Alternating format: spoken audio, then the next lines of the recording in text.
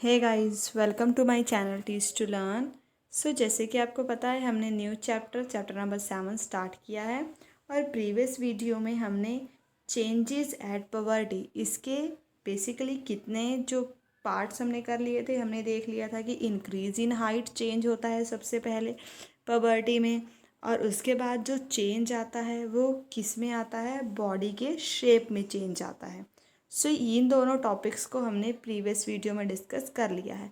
आज की वीडियो में हम इसके जो रिमेनिंग पार्ट हैं कि जब पवर्टी आ जाती है, एडोलसेंस आ जाती है, तो और क्या क्या चेंज आते हैं, voice change, activity of sweat, development of sex organs, reaching mental maturity, ये सारी चीज़ों के बारे में आज की वीडियो में हम डिस्कस करेंगे। तो वीडियो को एंड तक देखें और इस टॉपिक को अच्छे से क्लियर करें। So let's start. सबसे पहले हम देखते हैं वॉइस चेंज। हमने सबसे पहले देखा कि जब भी ग्रोथ आती है, टीनेजर्स हो जाते हैं, जब भी बच्चे 13 से लेके 19 ईयर्स तक जो उनकी एज होती है, सबसे पहला जो चेंज आता है वो क्या आता है, हाइट में चेंज आता है, जिसको हमने इस ग्राफ से देखा था कि बॉयज़ में जो हाइट का इंक्रीज होता है वो कम होता है एज़ कंपैरिजन टू गर्ल्स, क्योंकि ग्राफ से भी हमें दिख रहा है कि गर्ल्स की हाइट का जो ग्राफ है ज़्यादा है एज़ कंपैरिजन टू बॉयज़। उसके बाद हमने बॉडी शेप में चेंजेस देखा था कि बॉयज़ के कैसे शोल्डर ब्रॉड हो जाते हैं, बट गर्ल्स में ऐसा नहीं होता।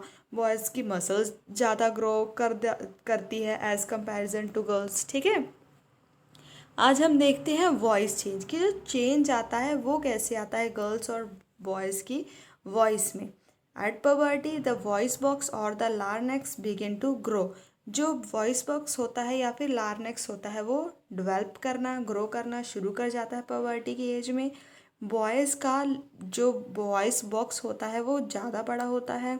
The growing voice box in boys can seen as a protruding part of the throat called Adam Apple. जैसे कि यहाँ पे इन्होंने हमें इस फिगर में दिखाया हुआ है कि बॉय का ना हमें ईजिली हम देख सकते हैं, और इसे क्या कहा गया, एडम एप्पल कहा गया है। कि बॉयज़ में ये जो ग्रोथ हो रही है वॉइस बॉक्स की इन बॉयज़, इसको हम ईजिली देख सकते हैं थ्रोट से, और उसी थ्रोट को क्या कहा गया है, एडम एप्पल कहा गया है। और जबकि गर्ल्स में जो ये लार्नेक्स है ये हार्डली विजिबल होता है, क्योंकि इसका साइज़ गर्ल्स में बहुत ज़्यादा स्मॉल होता है, पर बॉयज़ में आपने ज़रूर नोटिस किया होगा कि बॉयज़ के ये ऐसा दिखता है। ये क्या है, एडम्स एप्पल है। मीन्स कि उनका ये जो लार्नेक्स या वॉइस बॉक्स है ये ज़्यादा डेवलप होता है, इसी कारण ये हमें इजीली विजिबल होता है। जनरली गर्ल्स की जो वॉइस होती है हाई पिच्ड वॉइस होती है, जबकि बॉयज़ की वॉइस थोड़ी डीप होती है। अभी तो हमें पता है गर्ल्स की वॉइस कैसी और बॉयज़ की वॉइस कैसी, तो वही यहाँ पे इन्होंने बोला हुआ है। इन adolescent boys sometimes the muscle of growing voice box. मतलब बॉयज़ में क्या होता है कि जो ये वॉइस बॉक्स की जो मसल्स है जो ग्रो कर रही है, समटाइम्स ये बहुत ज़्यादा आउट ऑफ कंट्रोल ग्रो कर जाती है, इसीलिए वॉइस थोड़ी हॉर्श हो जाती है। और ये कुछ दिनों तक ऐसा रह सकता है और उसके बाद जो वॉइस है बॉयज़ की दोबारा नॉर्मल हो जाती है, तो इसके लिए टेंशन लेने की ज़रूरत नहीं है। जैसे कि यहाँ की बूझो भी बोल रहा है कि ये सोच रहा है कि हाँ मैंने देखा था कि कई मेरी क्लासमेट्स की वॉइस हॉर्श थी, तो अब मुझे पता चल गया ऐसा क्यों है। ऐसा क्यों है, क्योंकि उनका जो वॉइस बॉक्स की जो ग्रोथ है वो आउट ऑफ कंट्रोल हो गई थी, उसकी मसल्स की ग्रोथ। दैट्स वाई ऐसा फेस करना पड़ सकता है, ऐसे थोड़ी सी प्रॉब्लम। नेक्स्ट क्या है, increased activity of sweat and sebaceous glands. जब पबर्टी की एज आती है तो जो स्वेट हमारे शरीर से पसीना निकलने वाले जो ग्लैंड है, और सबक्यूस ग्लैंड मीन्स ऑयल ग्लैंड, इन सब की जो ताकत है, पावर है, एक्टिविटी है, वो इंक्रीज हो जाती है। Many young people get acne and pimples on face at this time. अब हमें पता है कि जो टीनेजर्स वाले बच्चे होते हैं, आपने देखा होगा कि उन्हें उसी टाइम पे क्या होते हैं, एक्ने और पिंपल्स निकलते हैं इस टाइम पे। ऐसा क्यों होता है, क्योंकि इस टाइम पे हमारी जो स्किन होती है, हमारी स्किन पे हमें पता है छोटे छोटे पोर्स होते हैं, और इसी पोर्स से क्या आती हैं, जो स्वेट होती है वो हमारे शरीर से बाहर आती है। और इस टाइम पे जो स्वेट वाली ग्लैंड है वो बहुत ज़्यादा काम कर रही होती हैं, तो इससे होता क्या है, ये जो पोर्स होते हैं वे खुल जाते हैं, और इन्हीं पोर्स में बाहर से क्या चली जाती है, धूल मिट्टी, जो भी धूल हो गई, मिट्टी हो गई, ये सब इसी पे जाके बैठ जाती है। अब स्वेट वाली जो ग्लैंड है ज़्यादा काम कर रही है, पोर्स खुले हैं, मिट्टी उसी पे चली गई, जिससे कि कारण हमारे फेस पे पिंपल्स और एक्ने इस टाइम पे ज़्यादा हो जाते हैं, क्योंकि इस टाइम पे जो जो हमारी स्किन के जो ये ग्लैंड है ये ज़्यादा काम करते हैं। अब यहाँ पे इन्होंने एक टॉपिक अच्छा सा दिया हुआ है कि एंडोक्राइन ग्लैंड्स कौन से होते हैं और एक्सोक्राइन ग्लैंड्स कौन से होते हैं।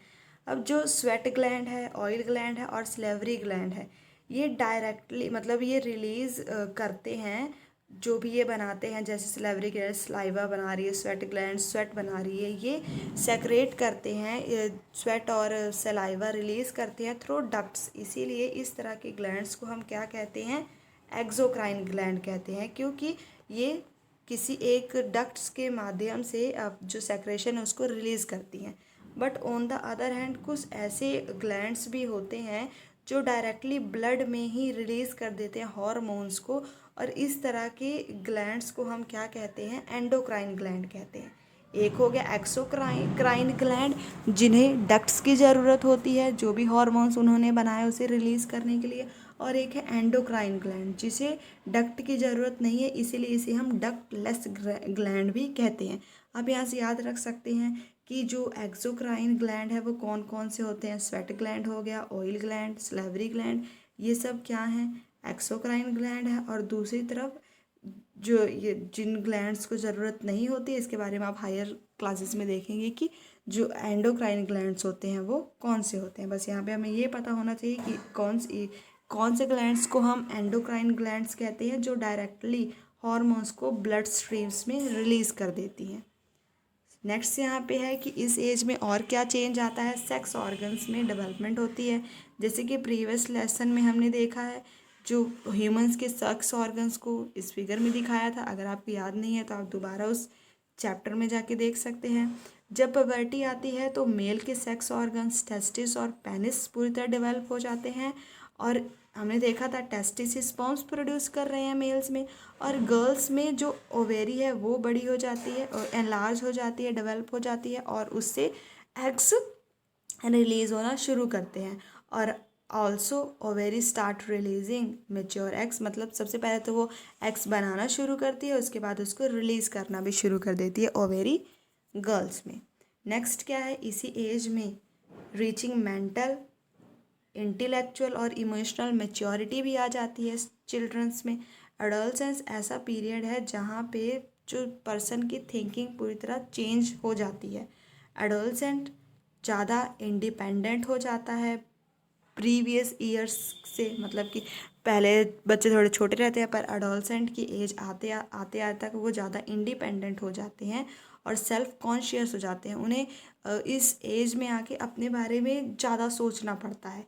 इंटेलेक्चुअल डेवलपमेंट भी हो जाती है, and they tend to spend considerable time thinking, क्योंकि इस एज में ही आता है जब उन्हें चूज़ करना होता है अपना करियर वगैरह, इसीलिए वो अपने लिए सेल्फ कॉन्शियस हो जाते हैं। उन्हें अपने लिए पूरा टाइम थिंकिंग सब वो सोचने लग जाते हैं अपने बारे में। और in fact it is often the time in one's life when the brain has to great capacity for learning, और ये ऐसा टाइम होता है जहाँ पे स्टूडेंट्स में बहुत ज़्यादा कैपेसिटी होती है कि वो अब कुछ भी सीख सकते हैं। Sometimes however an adolescent may feel insecure why trying to adjust. अब हमें पता है कि इस टाइम में बहुत सारी फिजिकल हार्मोनल सारे चेंजेस आ रहे होते हैं, तो इस टाइम में कुछ जो बच्चे होते हैं वो थोड़ा इनसिक्योर भी फील करने लग जाते हैं, क्योंकि उनकी बॉडी में बहुत सारे चेंज आ रहे होते हैं और वो समझ नहीं पाते कि अब इस सारे चेंजेस को हैंडल कैसे करना है। But adolescent learner you should know there is no reason, पर जैसे कि पता है इसमें कोई भी इनसिक्योरनेस फील करने वाली बात नहीं है, ये सभी के साथ ये सारे चेंजेस होते हैं, तो इसलिए आपको इससे भी घबराने की कोई बात नहीं होनी चाहिए।